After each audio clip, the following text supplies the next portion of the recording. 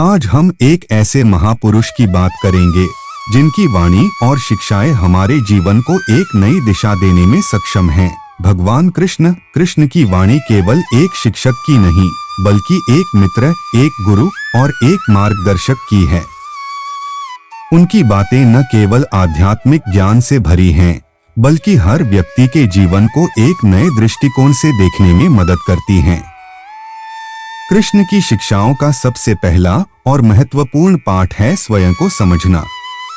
भगवद गीता के अध्याय 2 श्लोक 47 में कृष्ण ने कहा, तुम्हें अपने कर्तव्य पर ध्यान देना चाहिए, फल की आशा को छोड़ देना चाहिए। यह श्लोक हमें सिखाता है कि अपनी असली पहचान और अपनी संभावनाओं को समझना सबसे पहला कदम है।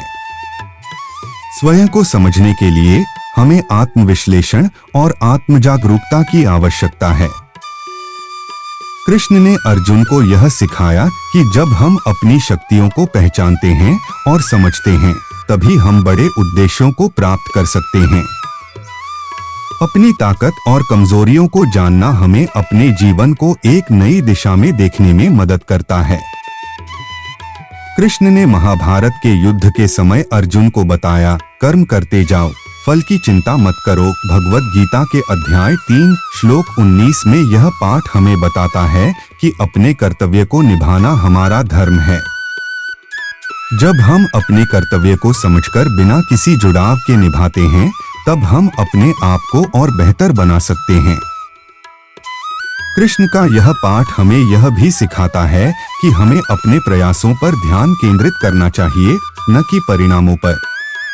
जब हम अपने कर्मों को अपनी मंशा के साथ करते हैं, तब हम अपने लक्ष्यों को प्राप्त कर सकते हैं। कर्म के इस सिद्धांत को समझने के लिए हमें अपने दैनिक कर्मों और निर्णयों का मूल्यांकन करना होगा और देखना होगा कि हम अपने कर्मों को किस उद्देश्य से कर रहे हैं।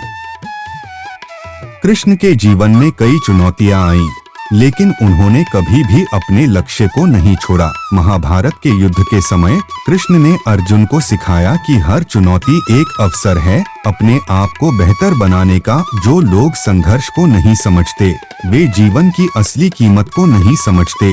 कृष्ण के जीवन से हमें यह सीखने को मिलता है कि हर कठिनाई को एक अवसर के रूप में देखना चाहिए। कृष्ण की कहानियों से हम सीख सकते हैं कि कैसे हम अपने अवरोधों का सामना कर सकते हैं और अपने लक्ष्यों को प्राप्त कर सकते हैं। हर चुनौती, हर समस्या एक नई सीख और समाधान को जन्म देती है। कृष्ण की शिक्षाओं के माध्यम से हम अपने जीवन में आने वाली हर चुनौती को एक नए दृष्टिकोण से देख सकते हैं। कृष्ण ने यह भी सिखाया कि हमें अपने कर्मों से लगाव तो होना चाहिए, लेकिन उसके फल से नहीं। भगवद गीता के अध्याय 2 श्लोक 70 में कृष्ण ने कहा, जिसे दुख और सुख एक समान लगते हैं, वही योगी है। यह शिक्षा हमें सिखाती है कि हर स्थिति को एक समान दृष्टिकोण से देखो। विरक्ति और समानता का मतलब है कि हमें अपने भावनाओं और जुड़ावों को नियंत्रित करना आना चाहिए। जब हम अपनी भावनाओं को नियंत्रित करते हैं और हर स्थिति को शांति से संभालते हैं, तब हम अपने लक्ष्यों पर ध्यान केंद्रित कर सकते हैं। कृष्ण की शिक्षाओं के माध्यम से हम एक शांत और संतुलित मानसिकता विकसित कर सकते हैं, जो हमें हर स्थिति में संतुलित बनाती है। कृष्ण ने हमेशा सकारात्मक सोच और आशा को महत्व दिया। उन्होंने अपने शिष्यों को सिखाया कि वे हर स्थिति को एक अवसर के रूप में देखें। जब तक आप अपनी सोच को बदलते नहीं, तब तक आप अपने जीवन को नहीं बदल सकते, कृष्ण कहते हैं। सकारात्मक सोच से हम अपने जीवन में नई ऊंचाइयों को छू सकते हैं। सकारात्मक सोच का मतलब है कि हमें अपनी सोच को आशावादी और निर्माणात्मक बनाना चाहिए। जब हम सकारात्मक मानसिकता के साथ जीते हैं, तब हम अपने लक्ष्यों को प्राप्त करने में अधिक सफल होते हैं। कृष्ण की शिक्षाओं के माध्यम से हम एक सकारात्मक और आशावादी दृष्टिकोण विकसित कर सकते हैं, जो हमारे व्यक्तिगत और पेशेवर जीवन में सफलता और संतोष लाता है। कृष्ण ने हमेशा भक्ति और विश्वास को महत्व दिया। भगवद गीता के अध्याय 9 श्लोक 22 में कृष्ण ने कहा, अनन्याश्चिंत्यन्तो मां ये जना है पर्युपास्ते तेषा नित्याभियुक्ताना योगक्षेम वहाम्यहम्। इसका मतलब है कि जो लोग मेरी भक्ति और विश्वास के साथ मेरी पूजा करते हैं, उनका योग और क्षेम मैं स्वयं संभालता हूँ। भक्ति और विश्वास हमें एक उच्च उद्देश्य और अर्थ प्रदान करते हैं। जब हम अपने सपनों और आकांक्षाओं को कृष्ण के आशीर्वाद से पूरा करने की कोशिश करते हैं, तब हम अपने लक्ष्यों को प्राप्त करने में मदद पाते हैं। विश्वास और भक्ति को अपने जीवन का हिस्सा बनाकर हम अपनी जिंदगी को एक उच्च उद्देश्य के साथ संरेखित कर सकते हैं। कृष्ण की शिक्षाओं को अपने दैनिक जीवन में कैसे लागू कर सकते हैं? यहाँ कुछ व्यावहारिक सुझाव हैं।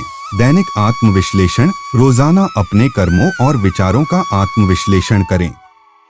इससे आप अपनी ताकत और कमजोरियों को समझ सकते हैं और अपनी विकास यात्रा को मॉनिटर कर सकते हैं।